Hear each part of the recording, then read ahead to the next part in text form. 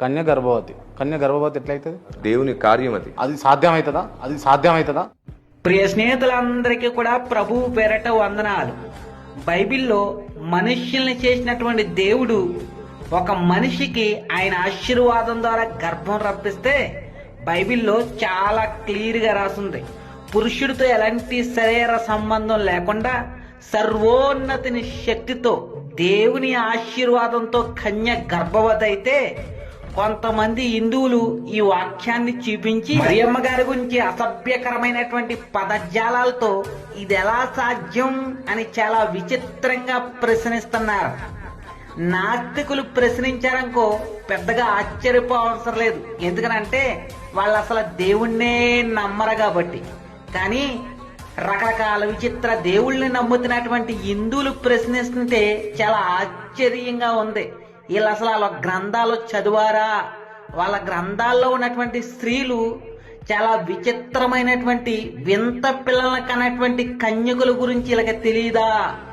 ఈరోజు గ్రంథాల ఆధారంగా విచిత్రమైనటువంటి పిల్లల కన్నటువంటి కన్యకుల గురించి తెలుసుకుందాం.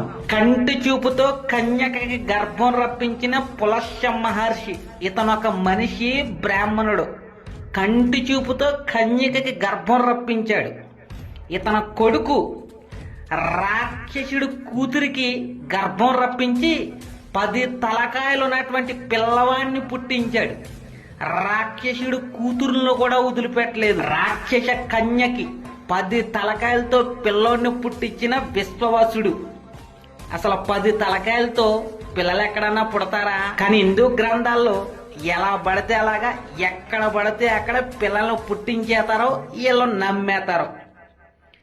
కన్యకకి గర్భం రప్పించిన సూర్యుడు ఆకాశం పైనుంచి భూమి మీదకి వచ్చి కన్య అయినటువంటి కుంతికి గర్భం రప్పించేశాడంట సూర్యుడు.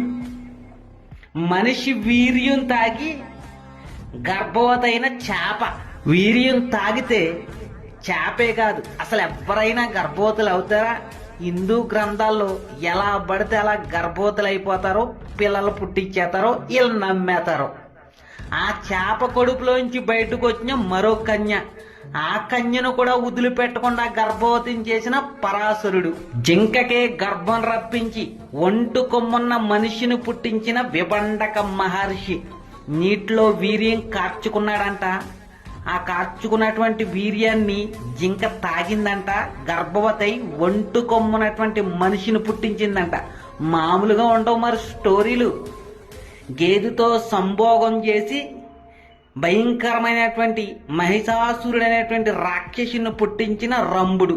అసలు దేన్ని వదిలిపెట్టరు. గేదెల్ని, జింకల్ని, చేపల్ని, ఆఖరికి రాక్షస కన్యకలను కూడా విడిచిపెట్టకుండా ఎలా పడితే అలాగా ఎక్కడ పడితే అక్కడ గర్భవతిని చేసేసి వింత విచిత్రమైనటువంటి పిల్లలను పుట్టించేస్తారో వీళ్ళని నమ్మేస్తారో.